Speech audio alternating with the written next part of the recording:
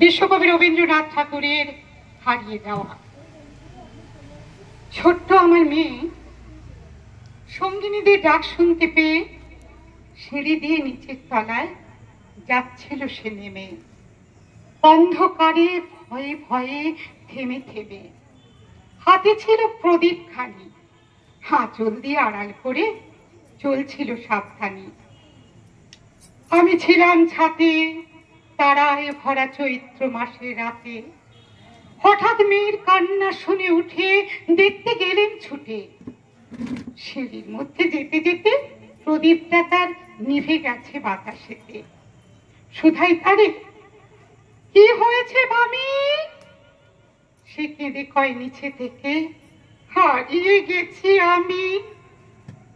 ফিরে গিয়ে ছাতে, তারায় ভরা চৈত্র মাসের রাতে মনে হলো আকাশ পানেছে আমার আমির মতোই যেন অমনি কি এক মেয়ে। নীলাম্বরের আঁচল খানি ঘিরে দীপ শিখাটি বাঁচিয়ে একা চলছে ধীরে ধীরে। নিপ্ত যদি আলো যদি হঠাৎ যেত থামে, আকাশে ভরে উঠত